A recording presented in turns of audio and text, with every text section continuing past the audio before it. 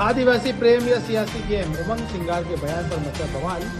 राजन ध्रुवे का पलटवार, बोले हर आदिवासी हिंदू और सनातनी है।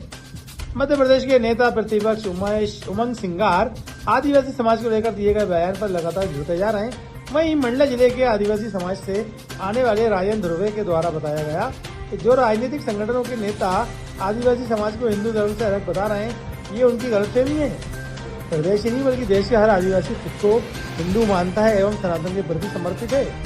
और राजन ध्रुवे ने कहा कि राजनीतिक संगठनों को स्वास्थ्य, शिक्षा एवं जनहित के मुद्दों को लेकर बात करना चाहिए, न कि धर्म के नाम पर राजनीति।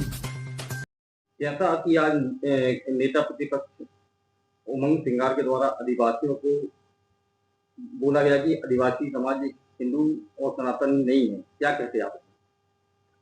सबसे पहले मैं सनातन शब्द पर आता हूँ। सनातन को यदि हम थोड़ा सा समझने का प्रयास करें, सब लोग सनातन शब्द का ज्यादा इस्तेमाल कर रहे हैं। जैसे हम प्रकृति में आप देखेंगे, सनातन जो है वो प्रकृति के विपरीत नहीं। आदिवासी समाज को ये लगता है, या जैसे कि उमंग सिंगार जी ने ये कहा, नेता प्रतिपक्ष ने, कि हम हिंदू नहीं हैं, तो थोड़ा सनातन शब्द पर गौर फरमाएं। तो जैसे कि जब हम किसी चीज का निर्माण करते हैं तो हम क्या करते हैं, प्रकृति से मिट्टी लेते हैं, और जो उसमें भूसा होता है, भूसा भी एक वेस्टेज है लेकिन वो प्रकृति ही है। किसी जैसे धान का हो गया या गेहूं का मान लीजिए, तो हम उसे ले लिए, भूसा ले लिए, मिट्टी ले लिए और पानी ले लिए, तीनों को हम क्या करते हैं, सानते हैं। अपनी गांव की भाषा में, क्षेत्रीय भाषा में सानना बोलते हैं। तो ये सब प्रकृति और एक दूसरे के अनुकूल है, एक दूसरे के विपरीत नहीं है। जब हम कुछ निर्माण करना होता है, जैसे घर का निर्माण करना है, पहले प्राचीन समय में मिट्टियों के बांध बनाए जाते थे। ज्ञात है कि मध्य प्रदेश में ही नहीं बल्कि एशिया का सबसे बड़ा मिट्टी का बांध सिवनी जिले में स्थित है, जिसका नाम है भीमगढ़ बांध। वो मिट्टी का ही बांध है।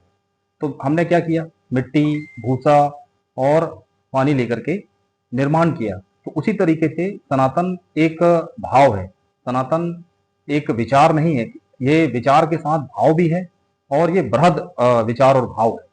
तो इसको हम ऐसे लें कि ये जैसे बहुत सारी छोटी नदियां, जब बड़ी सारी नदियां जब समुद्र में विलीन हो जाती है तो समुद्र का रूप धारण कर लेती है, उनका स्वतंत्र अस्तित्व नहीं होता है, लेकिन वो सब मिल करके समुद्र बन जाती है। तो इसी तरीके से सनातन जो है समुद्र है, वृहद स्तर पर इसे समझने की जरूरत है। जैसे यदि हम महाकौशल में या मध्य प्रदेश के संदर्भ में बात करें, तो जैसे माँ नर्मदा की जितनी सहायक नदियां हैं, जब वो माँ नर्मदा में मिलती हैं तो वह स्वयं माँ नर्मदा का रूप धारण कर लेती है। और उनकी कुछ सहायक नदियों का मैं जिक्र करूंगा। जैसे एक है बंजर है, तवा है, दूधी है, शक्कर है, हिरन है, तिंदोनी है। ये सब जो है माँ नर्मदा की सहायक नदियां हैं। ये जब मिलती हैं नर्मदा जी में तो ये नर्मदा जी का रूप धारण कर लेती हैं। और माँ नर्मदा जी की, जैसे कि उनके उद्गम स्थल से जहाँ वो अरब सागर में पश्चिम में जाकर के अरब सागर में मिलती हैं, टोटल लंबाई लगभग जो है 1312 किलोमीटर उनकी, है ना। तो इस प्रकार से ये कहना कि आदिवासी हिंदू नहीं है, यह मैं समझता हूं कि इसलिए गलत है। एक तो ये हो गया। अब मैं आपको ले चलता हूं रामचरितमानस की वह चौपाई, जिसे वर्तमान में उसे जानने समझने की जरूरत है। तुलसीदास जी ने लिखा है कि बिन पद चलई सुनई बिन कानू, यानी आपके पैर नहीं है फिर भी आप चल रहे हैं, आपके कान नहीं फिर भी आप सुन रहे हैं। आगे है, आगे लिखते हैं वो कि कर बिन करम करई विधि काना नाना। कर बिन करम करई विधि नाना, मतलब आपके हाथ नहीं, कर मतलब हाथ, आपके हाथ नहीं फिर भी आप विविध प्रकार के कार्य कर रहे हैं। आगे लिखते हैं कि आनंद रहित सकल रस भोगी, आनंद रहित सकल रस भोगी। आगे लिखते हैं कि बिन वाणी बक्ता बड़ जोगी। तो इसका अर्थ ये है या भावार्थ ये है कि ना हाथ पैर है, ना वाणी है, ना जिभा है जिससे वो किसी रस का स्वाद ले सकें, ना वाणी है कि वो बोल सकें, हाथ है ना विविध प्रकार के कर्म कर सकें, फिर भी ये कैसे हो रहा है। अब इसको और अच्छे से समझने का प्रयास करते हैं आगे बढ़ के। मध्य प्रदेश और छत्तीसगढ़ में आदिवासी समुदाय, गौंड समुदाय के द्वारा मंचों के माध्यम से जय फड़ा पहन के, जय भीमाल पहन के नारे लगाए जाते हैं, जय सजोर पहन के नारे लगाए जाते हैं। फड़ा पहन क्या है? फड़ा पहन की कोई मूर्ति नहीं है, फड़ा पहन का कोई मंदिर नहीं है। तो फड़ा पहन क्या है कि आप ऐसा क्यों सोच रहे हैं कि फड़ा पहन के नारे लगा के आपका कुछ हो जाएगी। ना उनके हाथ है, ना उनके पैर हैं, ना उनकी जीभ है और ना उनकी वाणी है, फिर भी आप इस आस्था से, इस विश्वास के साथ, इस भाव के साथ जोर जोर से मंचों से जय फड़ापेन जय बूढ़ा देव के नारे लगाते हैं। इसका मतलब तुलसीदास जी के उस रामचरितमानस की चौपाई से आप जोड़ करके देखिए, समझने का प्रयास कीजिए कि तुलसीदास जी भी वही बात बोल रहे थे जो मंचों से आदिवासी समाज के द्वारा जय फड़ापेन जय बूढ़ा देव के नारे लगाए जाते हैं। और फड़ापेन का मतलब एक आस्था है, एक विश्वास है, ना सिर्फ आस्था है बल्कि भारतीय जो दर्शन है उसकी शुरुआत टाइम और स्पेस, यानी साइंस के हिसाब से अपन देखेंगे तो टाइम और स्पेस के अंदर ही सारी चीजें हैं। यदि टाइम स्पेस नहीं है तो कुछ नहीं, ऐसा साइंस कह रहा है। लेकिन भारतीय दर्शन कहता है कि जब टाइम और स्पेस कुछ भी नहीं था तब भी कुछ था। उसी को हम परम चेतना, परब्रह्म, फड़ापेन और परम शक्ति, परम चेतना बोलते हैं। तो वही चेतना से आदिवासी समुदाय जुड़ा हुआ है, वही चेतना की बात तुलसीदास जी कर रहे थे। भारत जो है ये, अब जैसे फड़ापेन जब आप बोले तो आपके साथ फड़ापेन की कृपा से, उस आशीर्वाद से, आपकी उस आस्था से कौन है आपके साथ? आपके वाणी के रूप में, कर के रूप में आपका समाज है, वाणी के रूप में आपका समाज है, आपके माता पिता हैं, गुरु है, आपका दोस्त है, आपका भाई हो सकता है। वह जो आप फड़ापेन से उम्मीद करते हैं, आस्था रखते हैं, विश्वास रखते हैं, और उसी के द्वारा जो है आपकी जो मन्नतें हैं, हिंदी में अपन बोलें कि आपकी जो इंग्लिश में आप विश कह सकते हैं, इस तरह से आप फड़ापेन जो है उसको पूरा करता है। तुलसीदास जी भी वही कह रहे हैं रामचरितमानस में कि बिन पद चलई, बिन पद चलई सुनई बिन कान। पैर नहीं है फिर भी आप चल रहे हैं, कान नहीं फिर भी आप सुन रहे हो। तो किसके बारे में बात कर रहे थे? वही परम चेतना जो टाइम और स्पेस नहीं है, नहीं था, तब भी वह चेतना थी।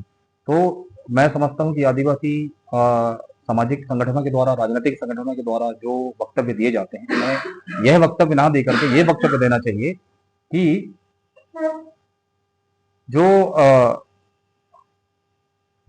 हमारे देश के वर्तमान हालात है, शिक्षा है, स्वास्थ्य है, आजीविका है, इस विषय पर वो बोलें और राष्ट्र को एकजुट करने का वो प्रयास करें। क्योंकि अभी हाल ही में डोनाल्ड ट्रंप जो अमेरिका के प्रेसिडेंट हैं, उन्होंने भारत के ऊपर, भारत को कमजोर करने के लिए उन्होंने टैरिफ, 50% टैरिफ, हम समाचार पत्रिकाओं में पढ़े हैं कि वो 50% टैरिफ लगाने की बात कर रहे थे। वो छोटे और मध्यम जो उद्योग हैं उनके ऊपर इसका ज्यादा असर पड़ने वाला है। तो अभी जो हमारे आरएसएस के चीफ हैं आदरणीय मोहन भागवत जी, उन्होंने साफ साफ कहा है कि जो सनातन है उसका मूल आदिवासी है। इसका मतलब है कि आदिवासी ही सनातनी है और आदिवासी ही हिंदू है। क्योंकि सनातन की, मैंने पहले थोड़ी देर पहले बताया कि सनातन एक वृहद विचार है और सनातन पूर्व से लेकर पश्चिम, उत्तर से लेकर दक्षिण, जैसे हम जम्मू कश्मीर से कन्याकुमारी और असम से लेकर के गुजरात के उस धरती तक जहाँ पे नर्मदा जी अरब सागर में जाके विलीन हो जाती है, ये सब सनातन है। और सनातन को आप ऐसा नहीं कह सकते कि ये कोई आदिवासी अलग है, सनातन अलग है।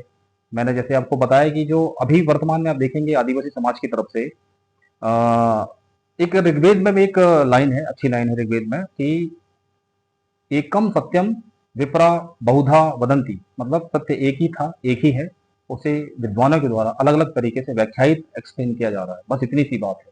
इस बात को आदिवासी समाज के संगठन, सामाजिक संगठन, राजनीतिक संगठन को समझने की जरूरत है कि आप जिसे फड़ापेन कहते हैं उसी के बारे में तुलसीदास जी एक्सप्लेन करते हैं अपनी रामचरितमानस की चौपाई में। और वही सिख धर्म के पहले प्रवर्तक जो हैं गुरु नानक देव, उन्होंने भी एक ओमकार की बात करी।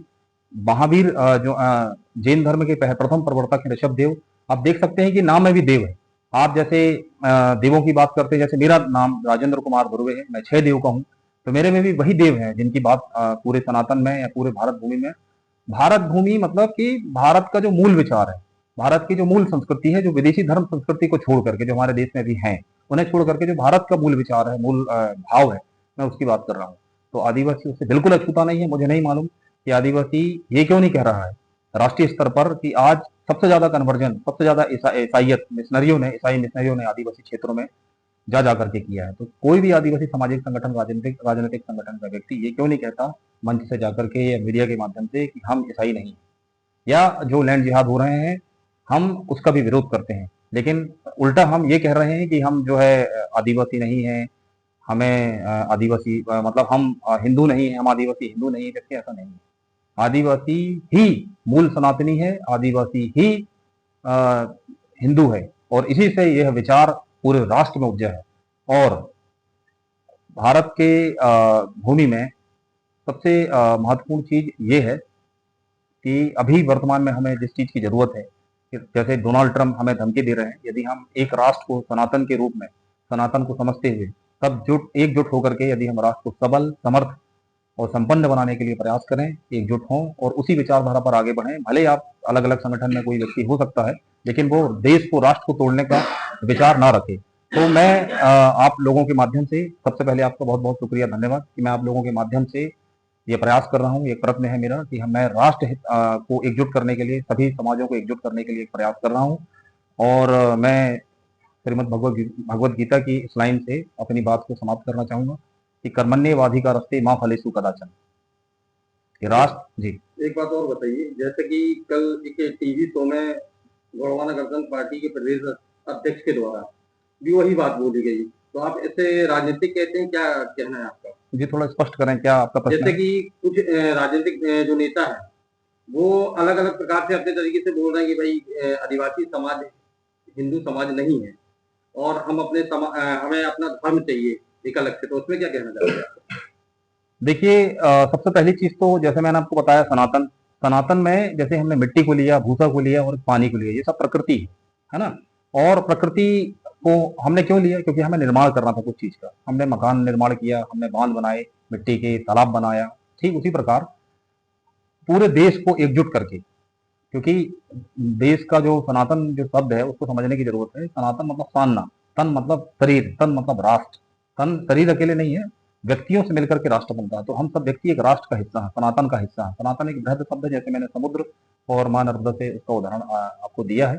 और अभी हाल ही में दादा हीरा सिंह मरकाम जो गोंडवाना समग्र विकास क्रांति आंदोलन के प्रणेता है, आप देखेंगे कि वो अब इस दुनिया में नहीं है।